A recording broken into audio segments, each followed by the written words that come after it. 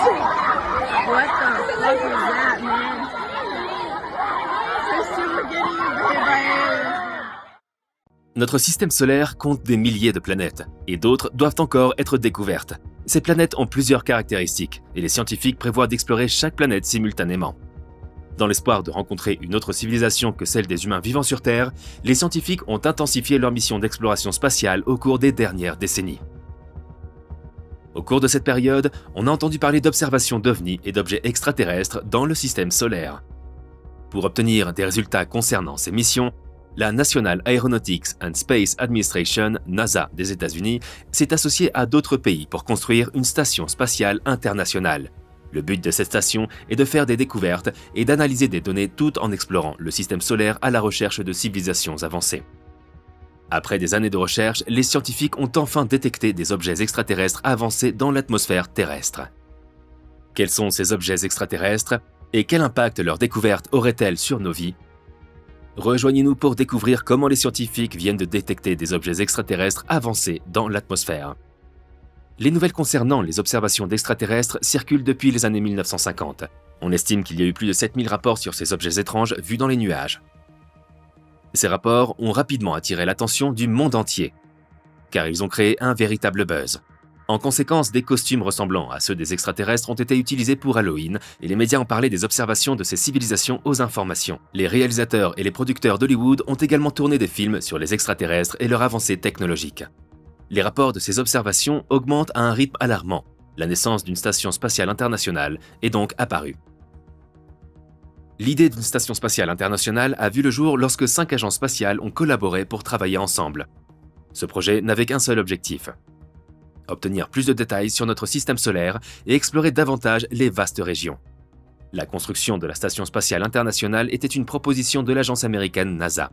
La NASA a soumis cette proposition à 4 autres agences spatiales: Roscosmos de Russie, l'Agence japonaise d'exploration aérospatiale, l'Agence spatiale européenne et l'Agence spatiale canadienne. Ces 5 agences se sont réunies pour construire la Station spatiale internationale. L'ISS a été construite pour servir de laboratoire de recherche sur l'espace et la microgravité. Il s'agissait notamment de tester les équipements des engins spatiaux utilisés pour explorer l'espace à la recherche de civilisations avancées ou de tout phénomène étrange. Depuis sa construction, la Station spatiale internationale a mené des recherches approfondies sur ces anciennes civilisations. Après de nombreuses années, ces recherches ont finalement commencé à porter leurs fruits, et des rapports sur des contacts avec des ovnis ont commencé à se répandre. Comme prévu, le gouvernement et la NASA essaient maintenant de cacher ces informations au public. Les passionnés d'ovnis le croient, car ils ont vu des événements connexes par la diffusion en direct de l'ISS.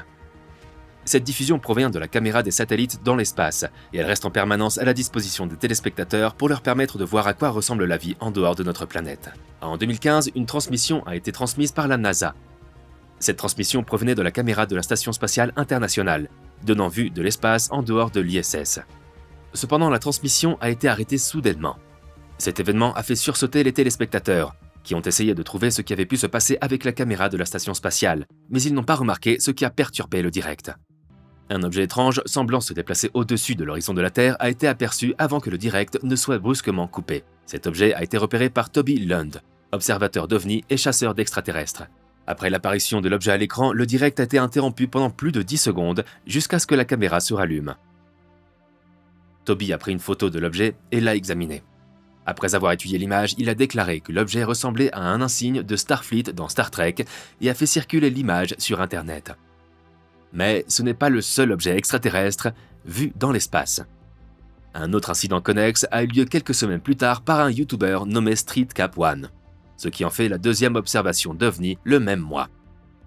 Cette observation a également été vue par le biais de la transmission en direct de la station spatiale, car les observateurs d'OVNI ont doublé leur intérêt après la première observation de Toby.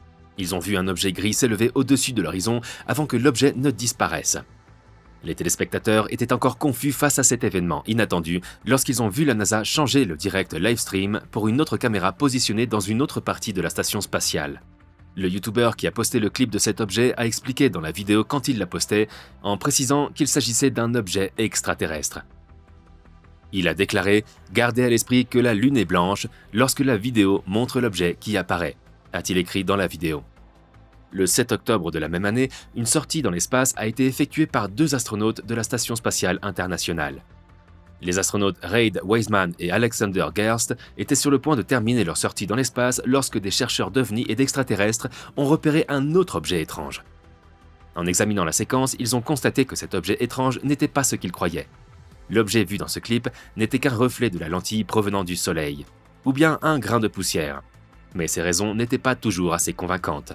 Malgré toutes ces observations vues par les gens et les spéculations faites autour d'elle, la NASA n'a fait aucun commentaire officiel sur cette découverte.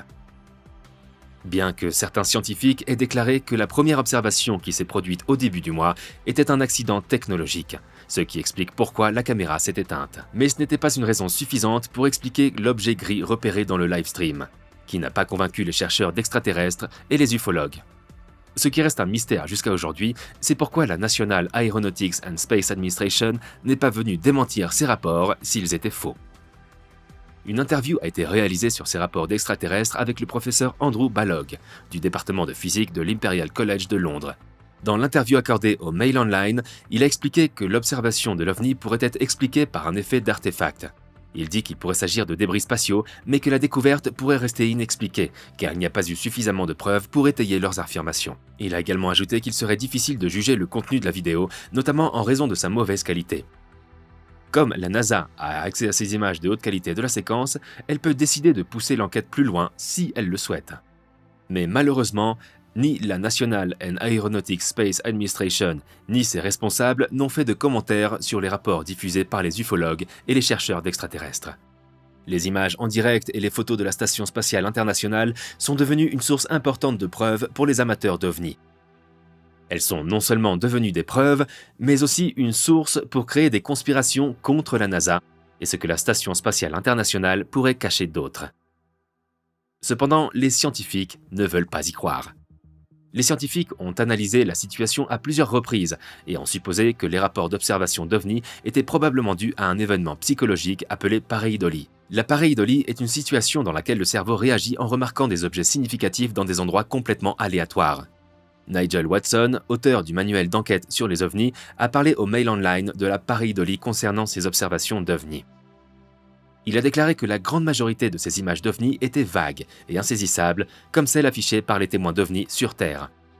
Beaucoup d'entre elles ont juste une explication relativement banale. Le problème est que plus la NASA nie ou explique de telles choses, plus les gens pensent qu'il y a une conspiration pour cacher la vérité, à savoir que des extraterrestres visitent notre planète, conclut-il. À ce stade, les passionnés d'OVNI ont créé d'autres conspirations selon lesquelles la NASA cacherait encore beaucoup plus de choses au public. Ces conspirations tournent autour de la question de savoir si la NASA est maintenant en contact avec une civilisation avancée et si elle cache cette information au public. Mais des découvertes récentes ont montré que l'étude sur les OVNI réalisée par la NASA n'avait pas pour but de rechercher des extraterrestres. Les chercheurs ont proposé cela en raison d'une étude dans laquelle la NASA s'est engagée. Au début du mois de juin 2022, l'agence spatiale a annoncé qu'elle allait commencer à capturer des phénomènes aériens non identifiés. Également appelée UAP, l'étude portera sur les nombreux rapports d'observation d'OVNI enregistrés au cours des dernières années. Un budget de 100 000 $ a été alloué à ce programme.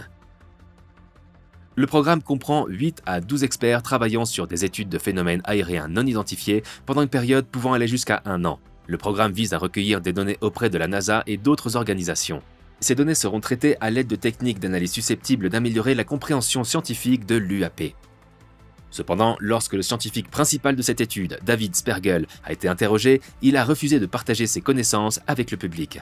Malgré les questions posées, Spergel a refusé de commenter les objectifs et les plans de la NASA concernant le programme de lancement des phénomènes aériens non identifiés. Faites-nous part de vos réflexions dans la section des commentaires ci-dessous.